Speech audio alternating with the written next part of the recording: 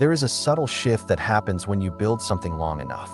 At first, it's just an idea, a curiosity, a spark. You test it, you shape it, you refine it, and then one day, it stops being a project. It becomes yours. And the moment it becomes yours, energy changes. Not externally, internally. Ownership sounds powerful. It sounds responsible. It sounds committed. It sounds mature. But psychological ownership is not the same as practical responsibility. You can be responsible for something without turning it into identity. When identity fuses to what you build, you don't just maintain it.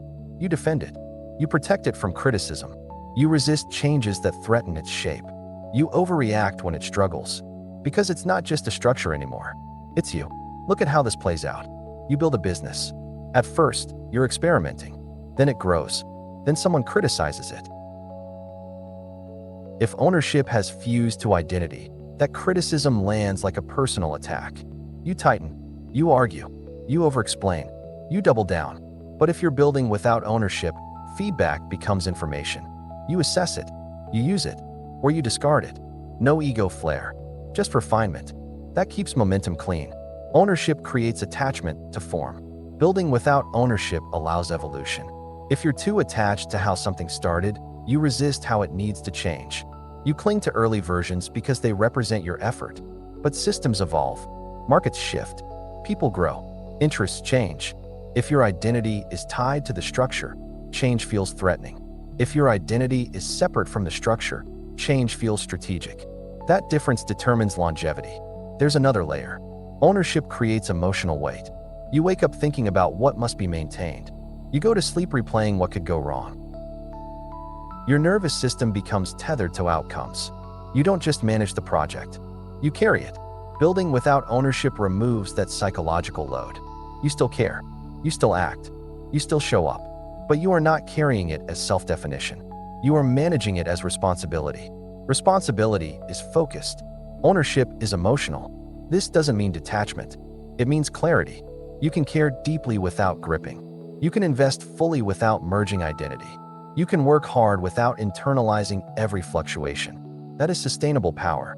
Because emotional overinvestment leads to volatility. And volatility destabilizes systems. Look at leaders who build something and then cannot let it evolve. They control every detail. They resist delegation. They struggle to step back. Not because they lack skill, because ownership fused with identity. Letting go feels like shrinking. But when building is clean, delegation feels natural.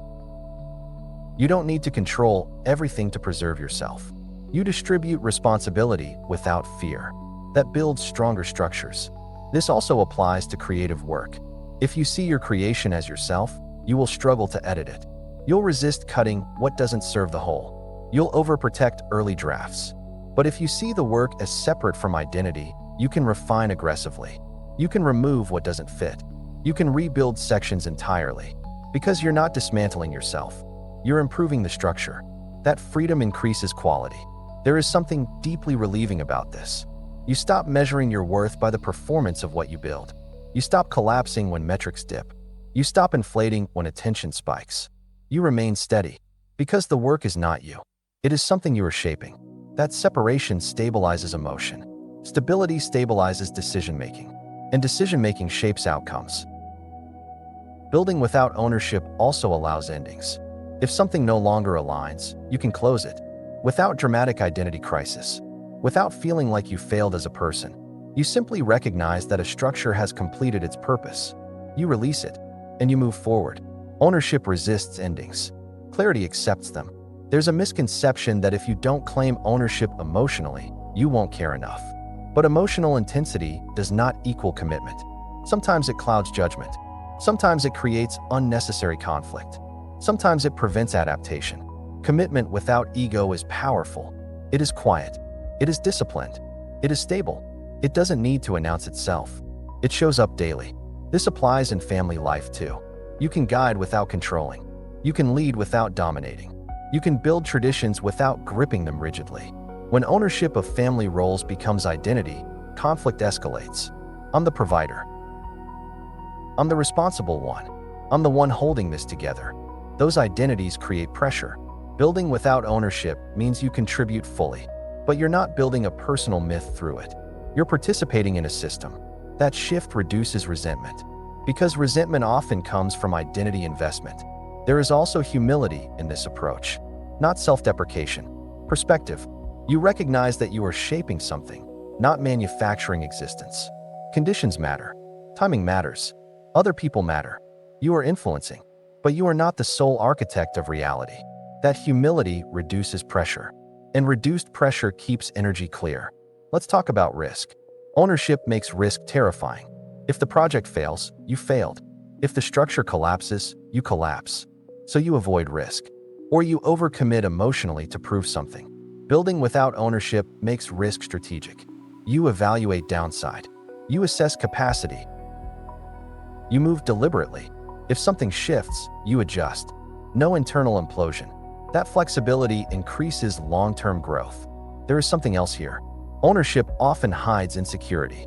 If you constantly need to assert mine, there is fear underneath. Fear of loss, fear of invisibility, fear of irrelevance. When you release psychological ownership, those fears surface briefly, but then something steadier emerges. You realize you can build again, and again, and again. You are not defined by any single structure. You are defined by your capacity to move. That recognition removes fear of loss, because loss doesn't erase you. It changes terrain. Building without ownership also protects relationships within work. When identity fuses to a project, disagreements become personal. But when identity is separate, collaboration improves. You can disagree without hostility. You can adjust without pride. You can admit error without collapse. That makes teams stronger. It makes partnerships healthier. It makes systems more resilient. There is an elegance in this way of building. You move steadily. You refine carefully. You release what no longer serves. You start new things without overinflating them. You don't cling. You don't dramatize. You don't narrate every fluctuation. You build. That simplicity conserves energy, and conserved energy compounds. Season 8 is about bringing life back into movement. Building without ownership restores that life, because energy is no longer tied to defending identity. It is tied to shaping reality.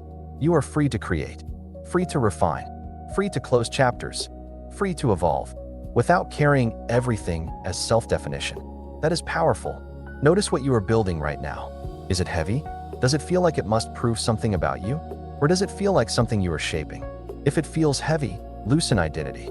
Keep responsibility. Drop psychological ownership. You will still care, but you will breathe more easily.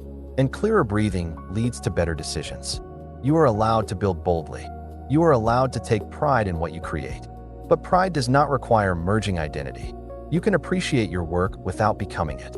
You can invest fully without gripping. You can commit without chaining yourself to outcomes. Building without ownership is grounded power in motion. If this episode helped you feel lighter about what you're creating, stay with the season. Season 8 is about being fully engaged without carrying everything as identity. And if you know someone who feels crushed by what they built, send this to them. Sometimes strength isn't holding tighter. It's building cleanly. We continue in episode 8.